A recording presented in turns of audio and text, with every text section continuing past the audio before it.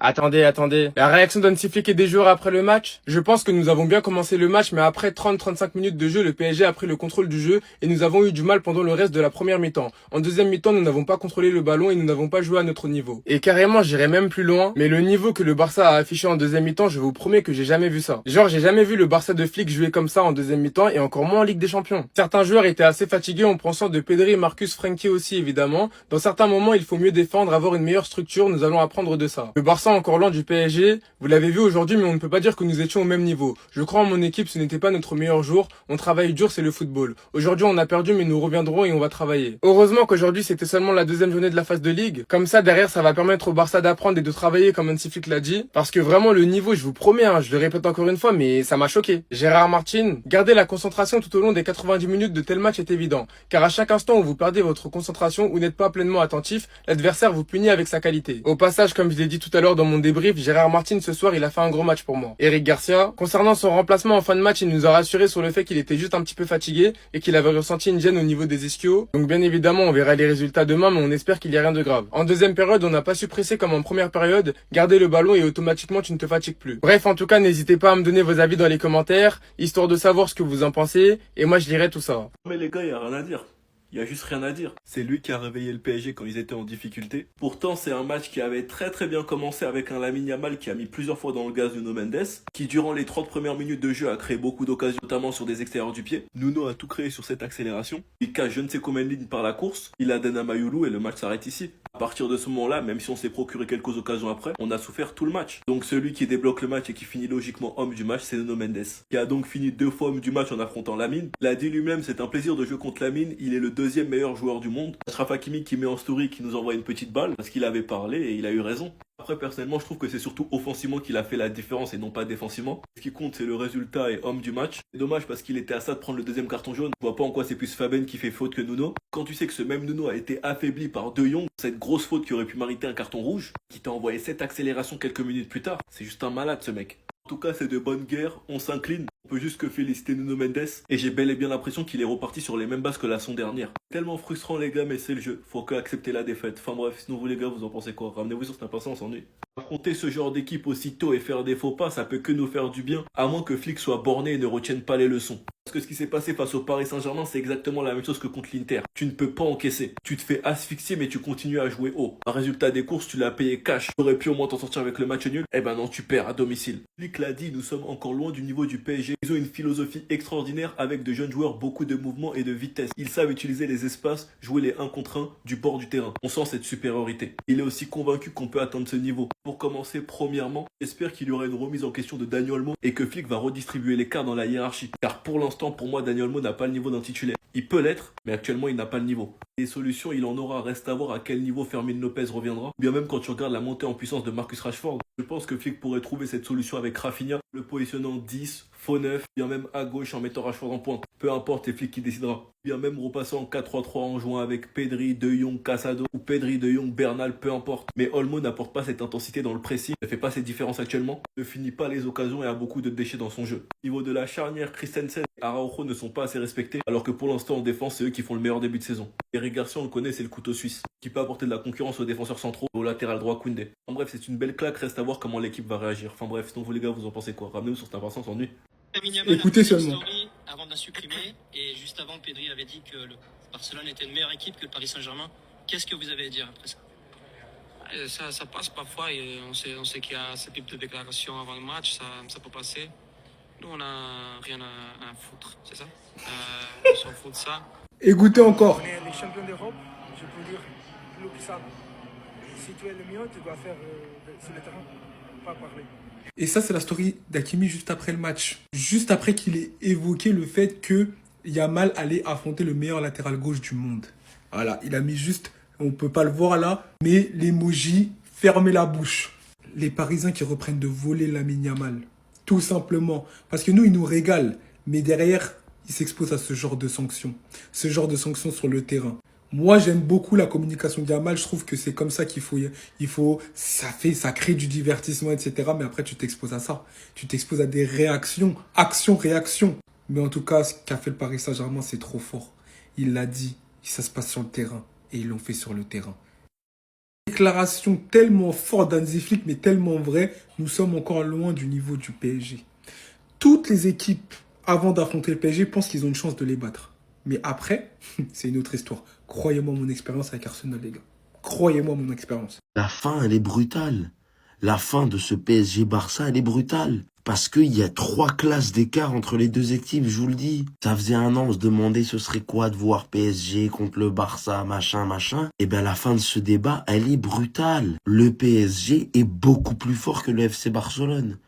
Tous ceux qui ont vu le match ne peuvent qu'arriver à cette conclusion, c'est tout. Ce soir, on a vu les faiblesses du Barça. Défensivement, c'est pas possible. Tu gagneras jamais une Ligue des Champions avec ce niveau défensif-là. Et encore une fois, Luis Enrique a montré sa supériorité tactique sur ses adversaires et sa supériorité tout court dans le monde du football. Quelle équipe va arrêter le Paris Saint-Germain? C'est ça la question qu'on doit se poser. Le Bayern, potentiellement, c'est la seule équipe que j'imagine pouvoir battre en élimination directe, en aller-retour le Paris Saint-Germain. Sinon, il n'y a aucune équipe à l'heure actuelle que je vois capable de les battre. Et aujourd'hui, on a démasqué le Barça. Parce que oui, ce Barça n'avait pas le niveau du Paris Saint-Germain. Et encore, le Barça aurait dû être à 10 contre 11 parce que De Jong aurait dû se faire exclure sur cette faute sur Nuno Mendes. Et vous pouvez pas me sortir l'excuse des blessures. Il n'y avait pas Doué, Dembélé et Kvaratskhelia.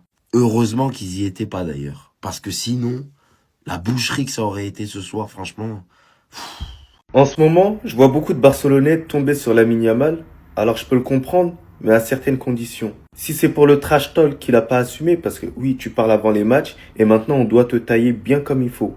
Voilà, que tu sois mineur ou pas, on n'en a rien à foutre. Mais moi je trouve qu'on le critique pas pour les bonnes raisons.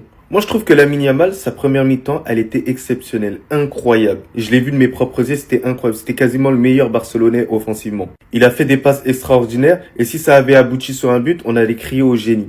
Ça c'est sûr et certain. Mais les gars, je suis désolé, c'est de la faute d'Hansi Flick. Hansi Flick doit prendre la décision de sortir Lamine Yamal. Que vous le vouliez ou non. Le gars, ces derniers temps, il a pas énormément joué. Il a juste fait une entrée face à la Real Sociedad. Tu vas le mettre face au meilleur latéral gauche au monde en activité. Mais les gars, c'est suicidaire. La solution qui s'offrait à Hansi Flick, je suis désolé, et je vous la donne, c'est Rooney. C'est vrai que c'est pas la même classe, mais quand même, ça aurait pu faire l'affaire. Et les gars, je le dirai jamais assez. Vaut mieux un joueur à 100% et peut-être moins bon qu'un joueur très fort à 50%. Dans le haut niveau, ça pardonne pas. Lamine Yamal, il était cuit, mais d'une façon, et pour moi, c'est des signaux qu'il devait voir. Et surtout, s'il vous plaît, les gars, Rashford, il est sorti avant lui. Ouais, c'était pas Rashford de sortir. Rashford, il était meilleur que lui.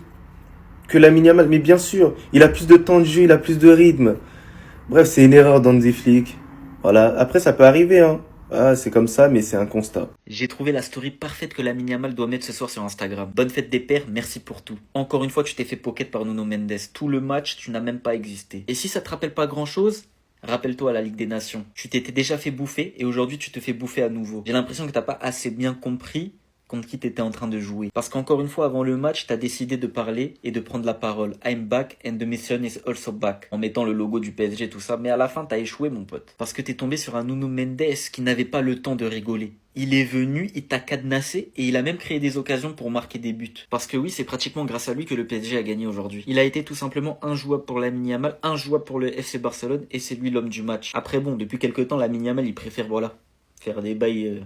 on va dire un peu sombre. Donc Lamine, c'est pas que je t'aime pas, loin de là, ça arrive à tout le monde de se faire manger par des joueurs. Nuno Mendes est ta bête noire, à toi de travailler pour être meilleur. Mais le truc qu'il faut que tu te mettes dans ta tête, c'est que le football c'est pas un jeu. Commence pas à devenir fou et partir à droite à gauche. Commence à t'entraîner comme Cristiano Ronaldo, Lionel Messi le faisait. C'est comme ça qu'ils sont devenus l'un des meilleurs. Mais là aujourd'hui, t'es en train de partir en couille. T'es en train de devenir un Ronaldinho bis.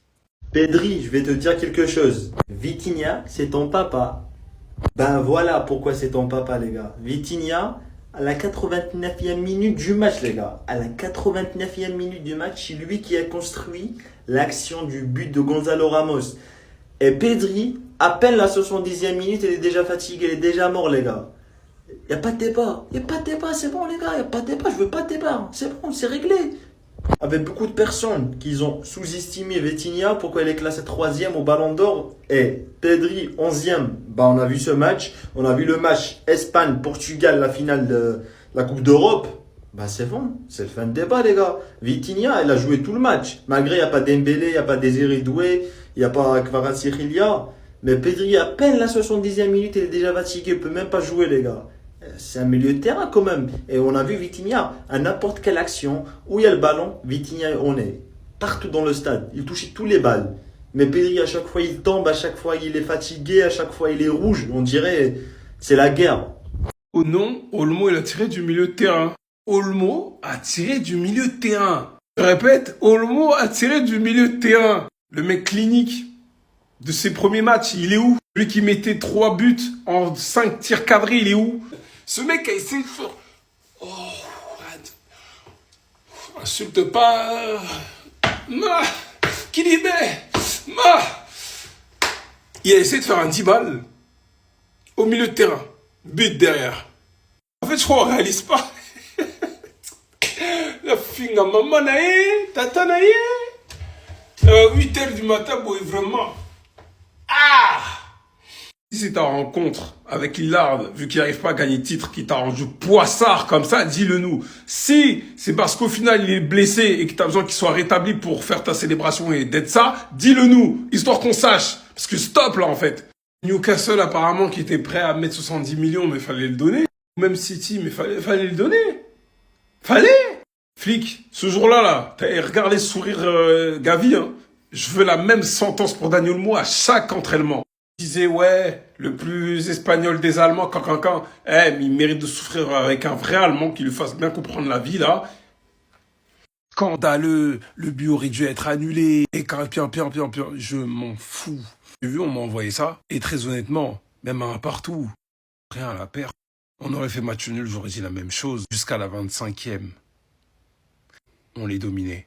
On les pressait. Paris, tu ne peux pas les presser pendant 90 minutes. Le Barça lui-même n'a pas été pressé par le PSG pendant 90 minutes. City Prime, tu peux pas les presser pendant 90 minutes, c'est pas ce que je demande. Mais dans l'attitude, dans l'envie, j'ai l'impression qu'au club, avec ce qui s'est passé l'année dernière, est-ce qu'on était en sur-régime? Est-ce que, je sais pas le terme exact identifié, mais j'espère qu'il ne se voit pas plus beau qu'il ne le pense. Je vois les déclarations de Laporta, comme la Ligue des Champions est un objectif principal, et certains joueurs aussi, il y a du travail, notamment de la part de la direction à effectuer. Parce que Deco, si tu penses qu'on va gagner la Ligue des Champions avec un retour de Ter Stegen en 2025-2026, tu te mets un doigt dans l'œil. Tu t'en es mis pas mal avec tes échecs. On peut parler du pénal. On peut parler du carton rouge peut-être de Nuno Mendes. La vérité, c'est que même avec leur Titi parisien, ils nous ont bouffé à l'intensité, à l'envie. Ils ont montré que c'était eux les champions d'Europe. Et que la Ligue des Champions, c'est leur compète. Point à la ligne. But validé ou pas.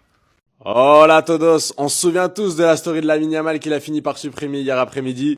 Je suis de retour et la mission aussi avec le logo du PSG. Alors venez, on écoute ce que les joueurs du Paris Saint-Germain ont à lui répondre. Ça passe parfois et on sait qu'il y a ce type de déclaration avant le match, ça peut passer. Nous, on n'a rien à foutre, c'est ça? On s'en fout de ça. Rien à foutre. On a joué le match, on a gagné et on est content. Attendez, c'est pas fini. Les champions d'Europe, je peux dire plus que ça. Si tu es le mieux, tu dois faire sur le terrain, pas parler. Merci beaucoup. Les gars, vous connaissez très bien l'expression et je l'utilise souvent. Trop parler peut... Donc, Lamine, même si j'aime beaucoup le style de joueur que tu es, même si ça me hype quand tu fais ça, même si j'aime beaucoup ce que tu proposes, ça ne sert à rien de parler avant le match. Parle après. Fais, agis et après tu parles. On m'a éduqué comme ça. D'abord tu fais, après tu parles. Parce que quand tu parles, avant, tu te mets la pression, comme tu as dit, pour rien. Au final, tu supprimes la story et c'est dommage. Voilà. D'abord les actes, après la parole. La parole précède les actes. C'est ça ou pas? Donc les gars, qu'est-ce que vous pensez de Lamine Yamal hier soir? Nuno Mendes, une fois de plus, la pocket. Je suis désolé. Au début, Lamine a bien commencé. Le FC Barcelone a été très fort dès les 25 premières minutes. Et puis après, ils se sont vite essoufflés. On va faire un débrief de toute façon sur le match quand j'aurai un peu plus de temps.